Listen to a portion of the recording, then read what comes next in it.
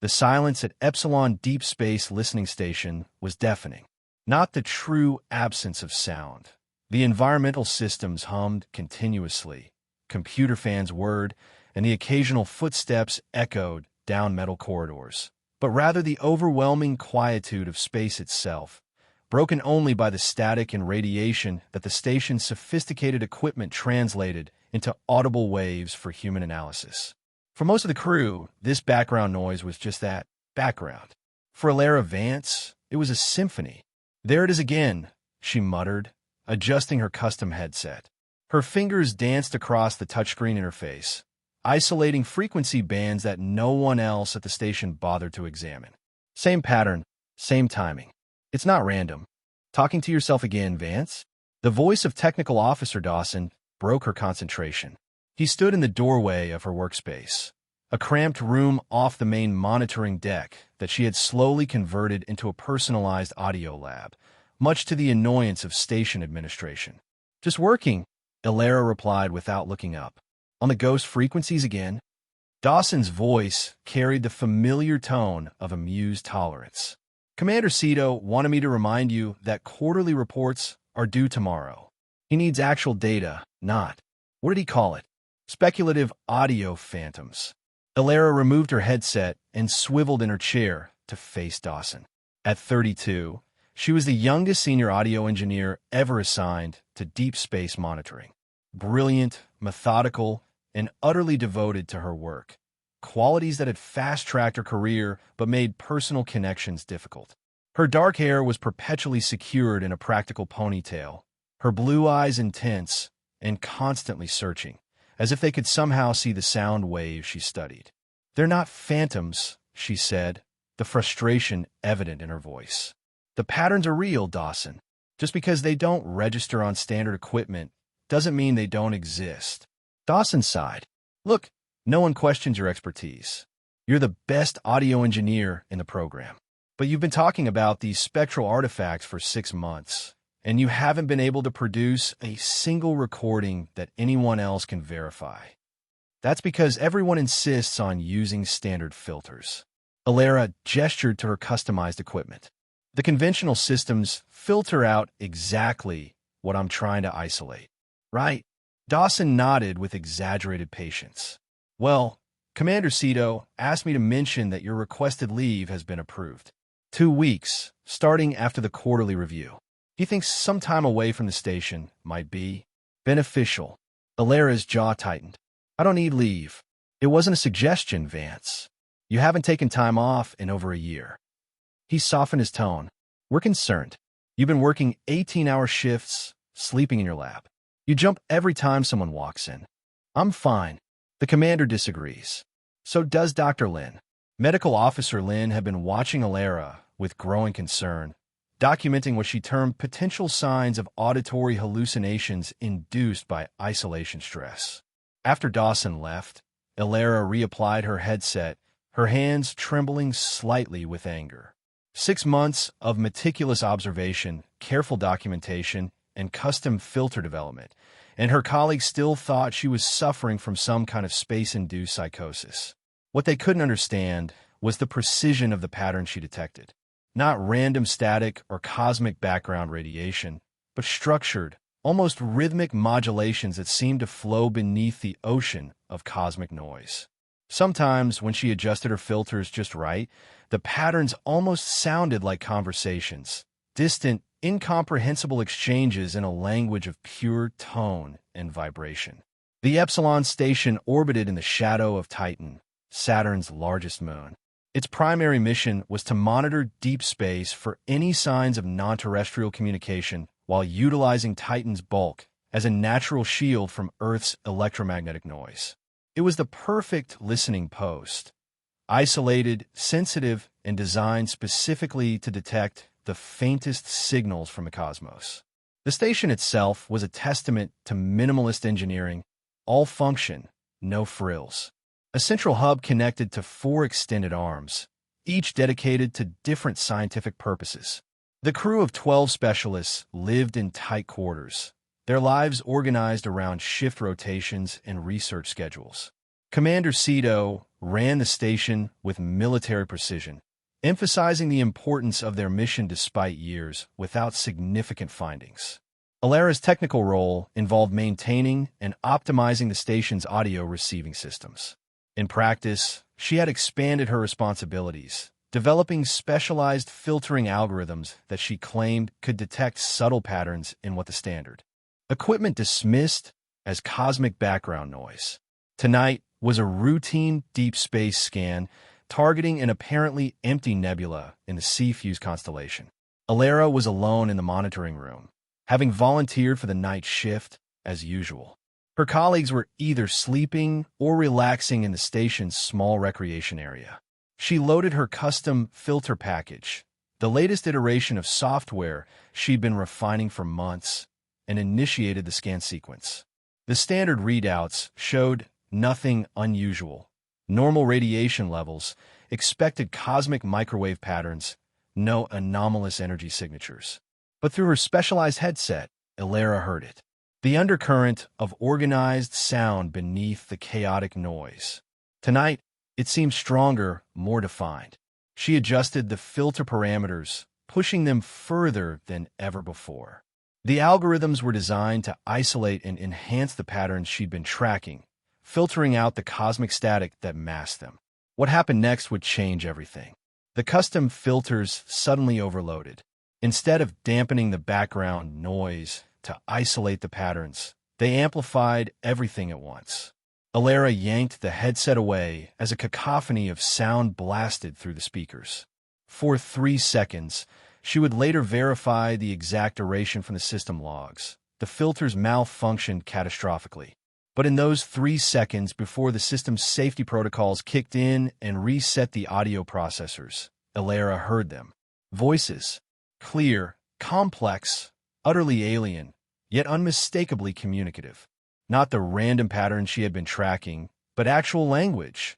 A conversation between multiple entities discussing observation data about Epsilon Station itself.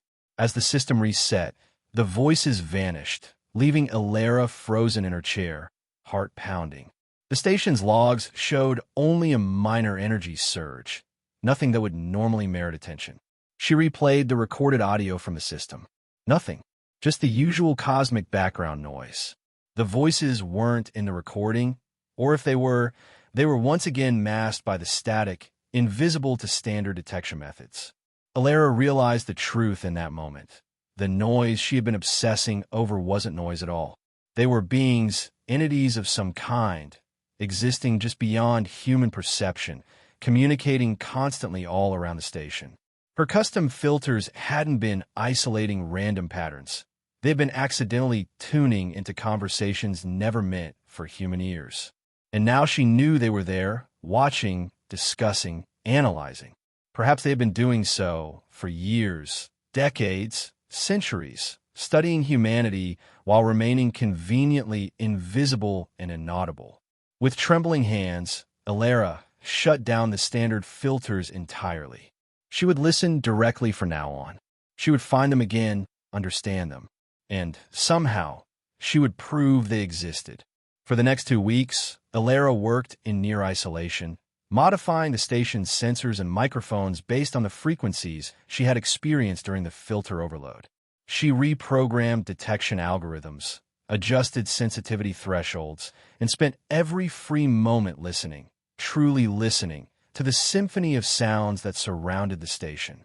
Slowly, patterns emerged from the chaos. Using her enhanced systems, Alara began to distinguish individual voices or signatures within the hidden chorus. Some appeared regularly, maintaining what seemed like ongoing observation dialogues. Others flickered in and out, as if moving between monitoring positions or assignments.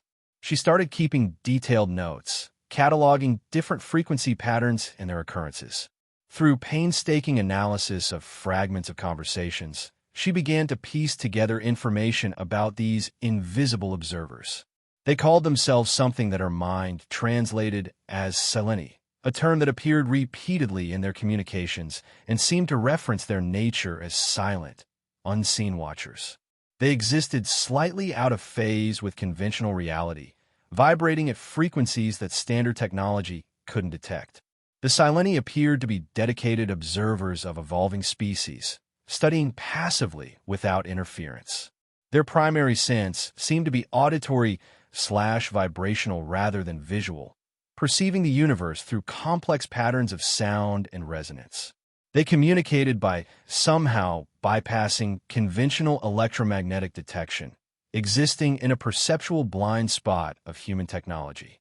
One evening, while working with a particularly sensitive communication array, Alara found herself humming a complex melody that had been stuck in her head for days.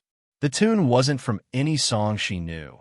It was a synthesized pattern she'd unconsciously constructed from the Sileni sound samples she'd been immersed in.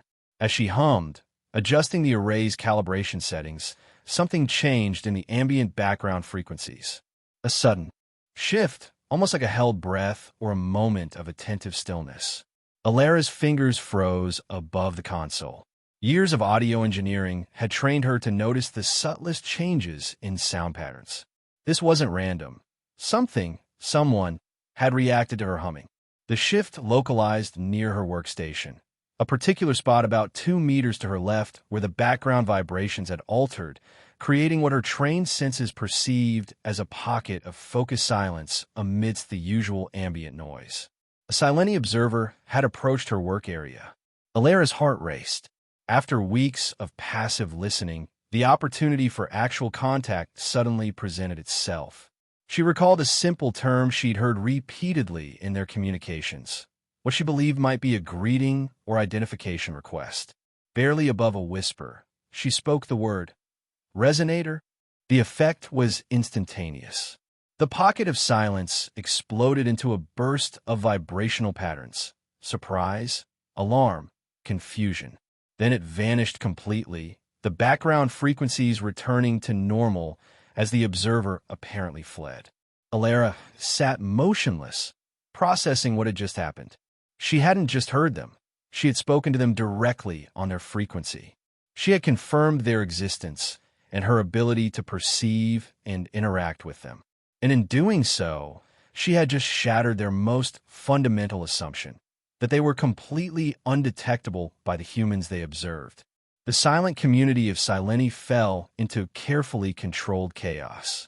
The human's whisper had been heard clearly, not just by the young observer who had approached Alara's workstation out of curiosity about the strange harmonic humming, but by all Sileni monitoring that section of the station.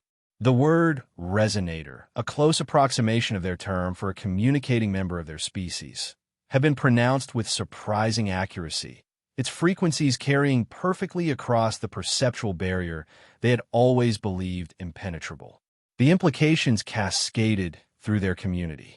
A human had not only detected their presence, but had successfully communicated using their own vibrational language. This violated their core principle of passive, undetectable observation. Within days, factions formed among the Sileni observers assigned to Epsilon Station. The group that came to be known as the Harmonics, led by an elder observer named Cadence, believed this development represented a natural evolutionary step. Humans, or at least this particular human, had developed the auditory sensitivity to perceive frequencies previously beyond their range. This didn't necessarily threaten the Sileni's observational mission, Cadence argued.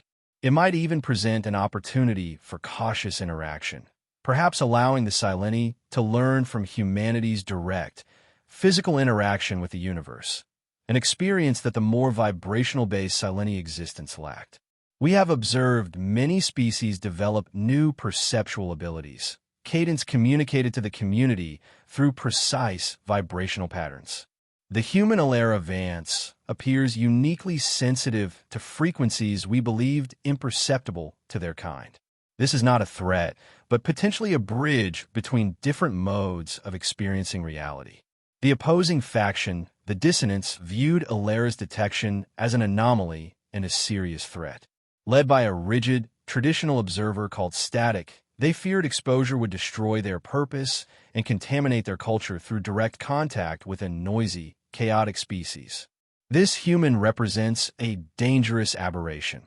Static's vibrational patterns conveyed urgency and alarm. If others learned from her, our entire observational network could be compromised. Millennia of undetected study would end. We must isolate this anomaly before contamination spreads. As the debate intensified, the dissonance began subtle interference. Alara experienced unexplained equipment malfunctions targeting her audio work. Strange localized sound phenomena occurred around her, subtle distortions designed to disrupt her research and undermine her credibility. The dissonance tactics escalated. They manipulated environmental systems to create subtle but persistent acoustic disturbances around Alara's quarters, disrupting her sleep. They induced minute fluctuations in her custom equipment, causing inconsistent readings that made her results appear unreliable. They even attempted to amplify the natural background noise near her workstation, hoping to mask their own frequencies from her increasingly sensitive perception. Their goal was clear: make Alara doubt her own findings or appear unstable to her colleagues, reinforcing the station crew's belief that she was experiencing auditory hallucinations. One night, as Alara worked alone in her lab, a different pattern emerged, a clear, deliberate message cutting through the subterfuge.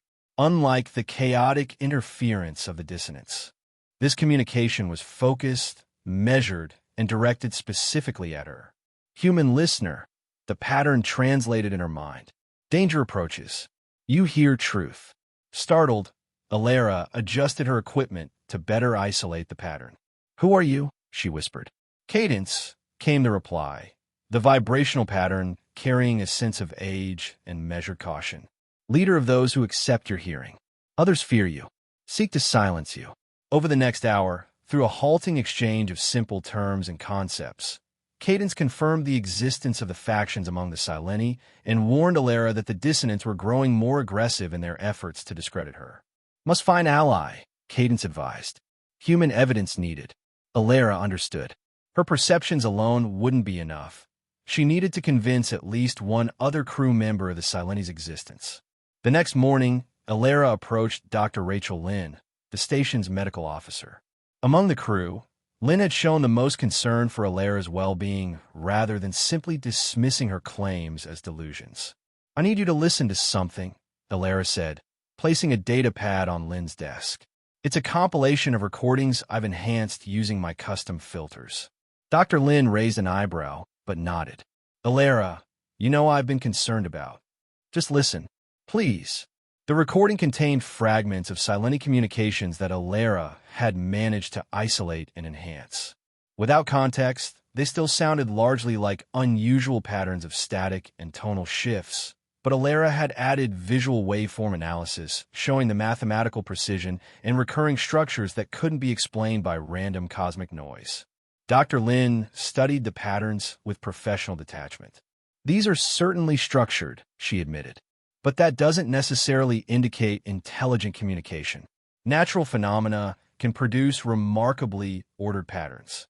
I've also documented the interference, Alara continued, showing Lynn a log of equipment malfunctions and anomalous acoustic events. These aren't random.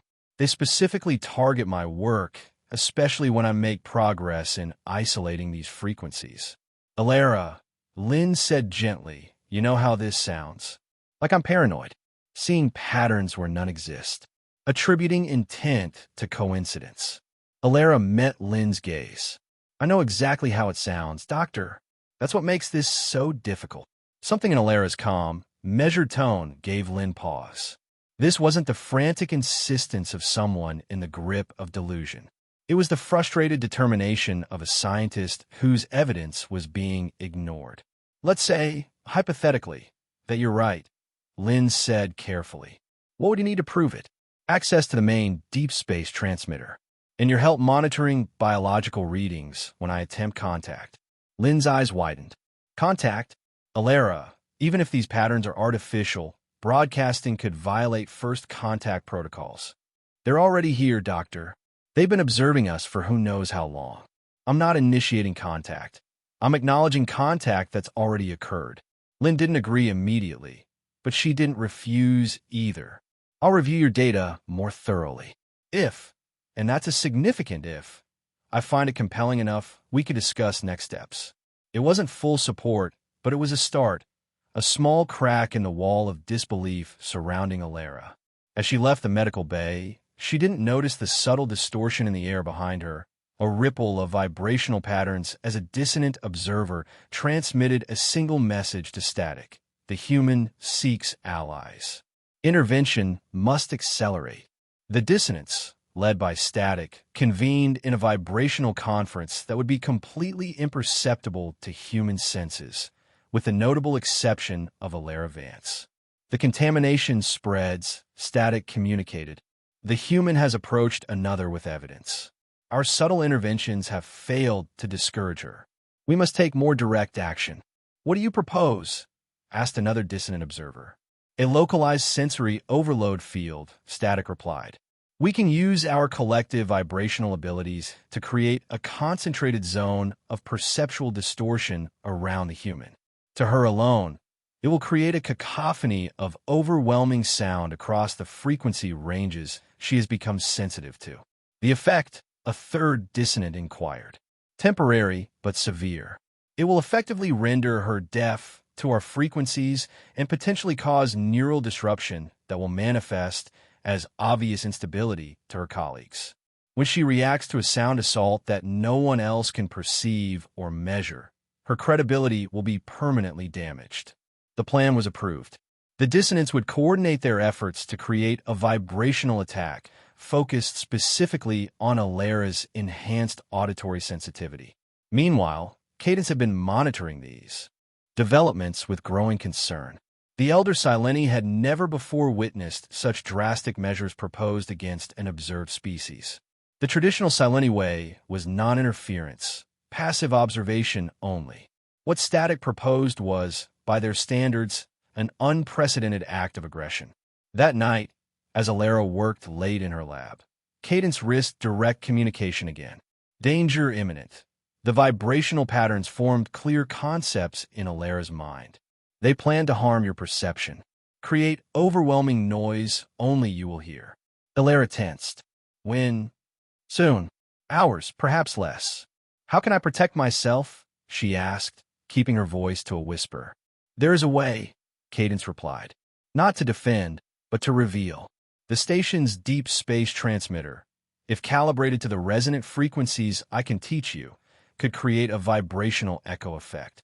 Not visible, perhaps, but physically perceptible to all humans as a fundamental shift or wave passing through the station. It would make the Sileni detectable to everyone. Alara asked, briefly. The resonance would force those nearby in a temporarily heightened physical manifestation, a ripple in your perceptible reality. I need access to the transmitter controls, Alara said, and I'll need help. As if on cue, her console chimed with an incoming communication. It was Dr. Lin. Alara, I've been reviewing your data. Lin's voice carried a note of cautious curiosity rather than dismissal. Some of these pattern structures, they shouldn't be possible according to known cosmic radiation models. I'd like to run a few tests with you tomorrow. It needs to be tonight, Alara replied urgently. I can explain why when you get here, but I need your help now. Please. There was a pause before Lin responded. I'll be there in 10 minutes. When Dr. Lin arrived at Alara's lab, she found the audio engineer frantically modifying equipment settings. What's the urgency, Alara? They're planning to attack me, Alara said without looking up. The faction that doesn't want to be discovered.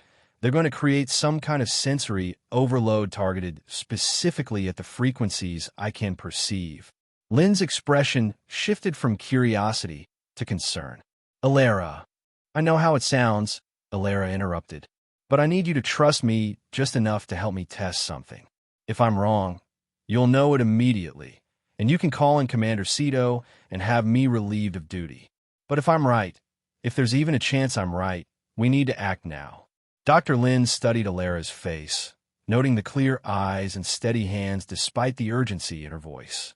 There was none of the physical manifestations of delusion that Lin would expect to see. What do you need me to do? She finally asked. Help me access the deep space transmitter controls. I need to modify them to broadcast a specific resonance frequency. Lin frowned. That would require command authorization. Then we need to convince Commander Cito. At this hour? Based on. Lynn gestured at Alara's data screens.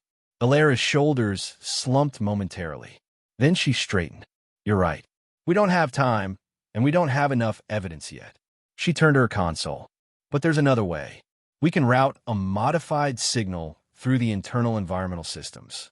It won't be as powerful as the main transmitter, but it might be enough to create a detectable effect. And this will prove the existence of these observers. Lynn asked skeptically. It should create a physical manifestation that even standard sensors can detect, Alara explained. A temperature drop, air displacement, maybe even visual distortion. As they worked, Alara became increasingly aware of a change in the background frequencies around her lab. The usual patterns were shifting, concentrating. The dissonants were gathering. They're coming, she murmured. Who? Lynn asked, looking around the empty lab. The ones who don't want to be seen. I can hear them assembling. Alara worked faster, making final adjustments to the environmental system controls. Lynn watched Alara with clinical interest, her medical training warring with growing uncertainty. The engineer's behavior matched patterns of paranoia, yet her technical work remained precise, methodical, not the chaotic actions of someone losing touch with reality. Almost ready, Alara said. Then she winced, pressing a hand to her ear. They're starting? At first, the effect was subtle, a slight pressure increase that only Alara could detect, a barely perceptible rise in the frequency patterns around her. But within seconds, it intensified. To Alara, it felt like standing inside a bell as it was struck, waves of sound crashing against her from all directions.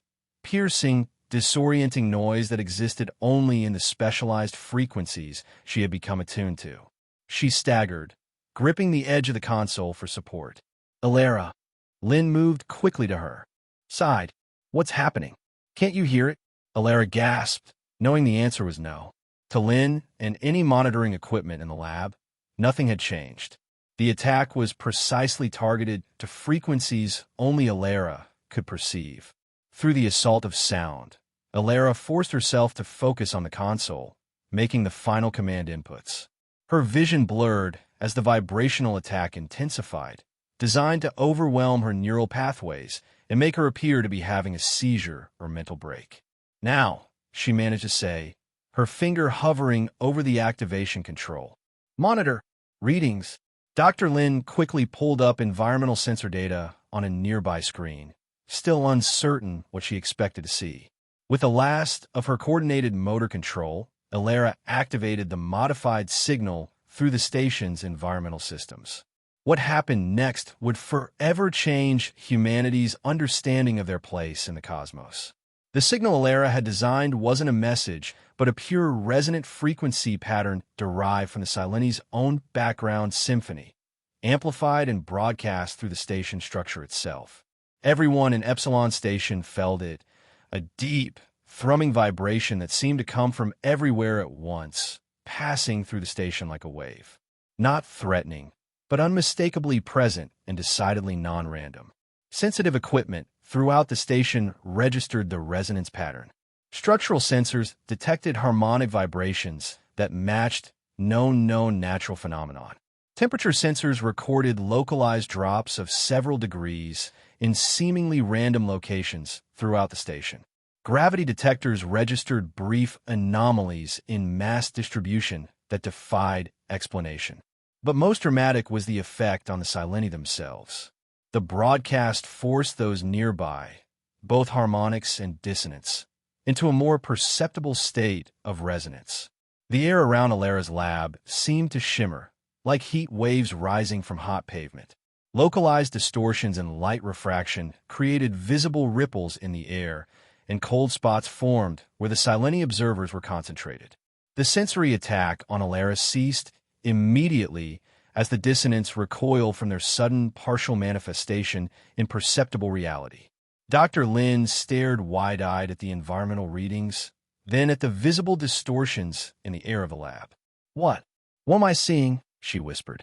The Sileni, Alara said, her voice hoarse from the strain of the attack. They've been here all along. The lab door slid open as Commander Cito, rushed in, followed by Security Officer Takai. Both stopped short at the sight of the shimmering distortions in the air. "What's happening here?" Sito demanded, his hand instinctively moving toward the sidearm he wasn't carrying. "Lin, report." "Sir," Lin began, her scientific training battling with the impossible evidence before her eyes. "I believe we're experiencing contact."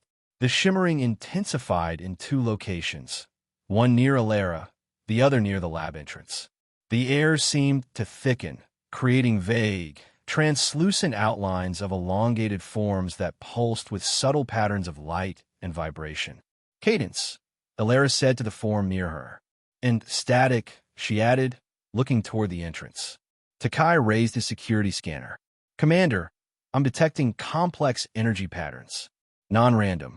Organized, but unlike anything in our database." Sito's training took over. "Everyone stay calm. Dr. Lin, check Engineer Vance. Takai, continue monitoring, but take no aggressive action."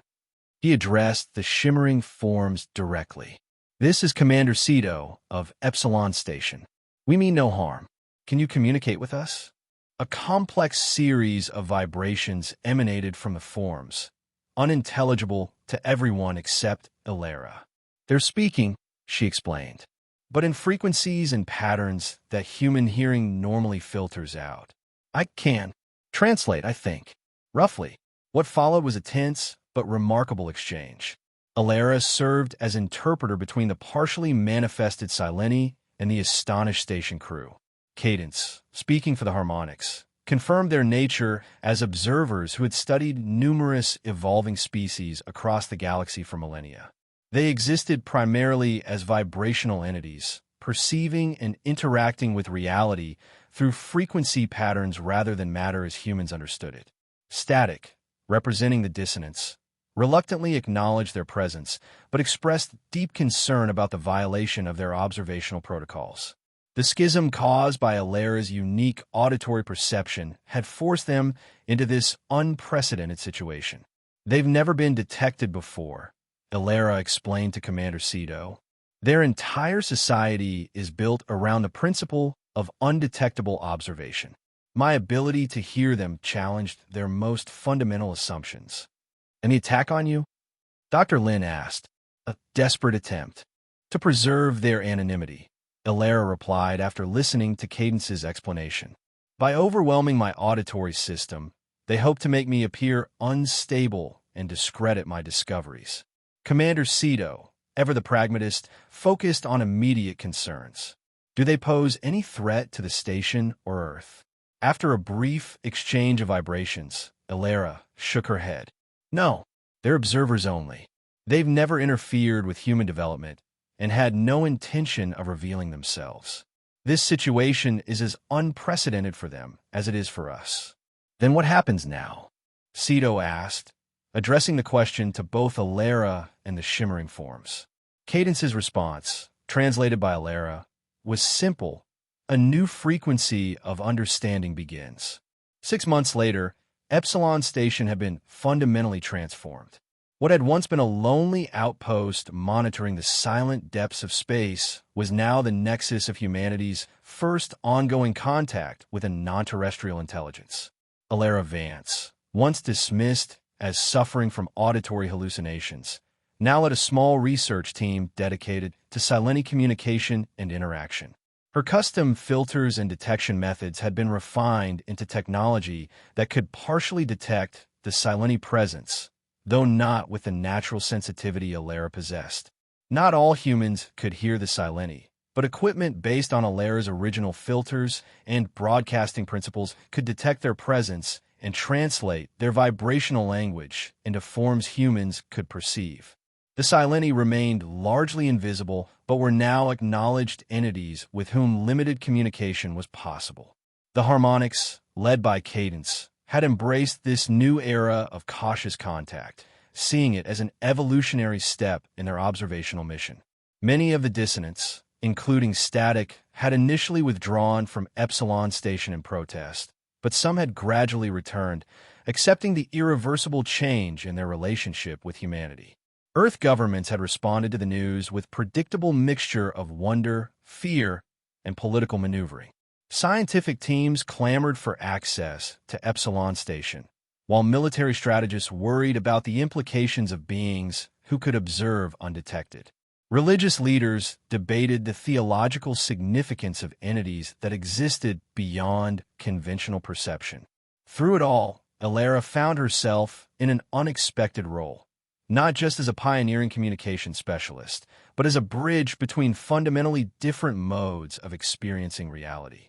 Her unique auditory sensitivity had opened a door that could never be closed again. On this particular evening, Elara sat alone in what had once been her isolated lab and was now the central Selene Communication Center. She removed her standard headset and simply listened with her natural ability, which had grown even more refined with practice. What she heard was no longer noise, not static or random cosmic radiation, but the complex, ongoing symphony of a newly revealed layer of reality. The Sileni went about their activities, their vibrational patterns forming a rich tapestry of communication, observation, and existence that paralleled the human experience while remaining distinctly alien. Cadence's resonance approached, now instantly recognizable to Elara. New observers arrive tomorrow, Elara said, knowing Cadence could hear her clearly. Scientists from Earth's Acoustic Perception Institute. They're bringing enhanced detection equipment based on our latest designs. Cadence's reply formed in her mind through the vibrational patterns. The symphony expands. More listeners join. Are you concerned about how quickly things are changing? Change is the one constant frequency in the universe, came Cadence's philosophical response. For millennia, we watched unheard. Now we are heard. Neither state is inherently better, merely different resonances of existence. Elara smiled. I'm glad my whisper found you. As are we, Cadence replied, the vibrational pattern carrying a sense of genuine affirmation. The universe contains many frequencies we all have yet to hear. Perhaps together, we will discover them. As Cadence's presence receded, Elara turned back to her console to prepare for the next day's arrivals. Beyond the walls of Epsilon Station, the cosmos continued its ancient broadcast of radiation, particles, and waves. But now, humanity was beginning to truly listen, not just to the empty spaces between stars, but to the symphony of intelligences that had been playing all along, just beyond the edge of perception. All it had taken was one human who refused to accept that the noise was just noise, and one whispered word to change everything.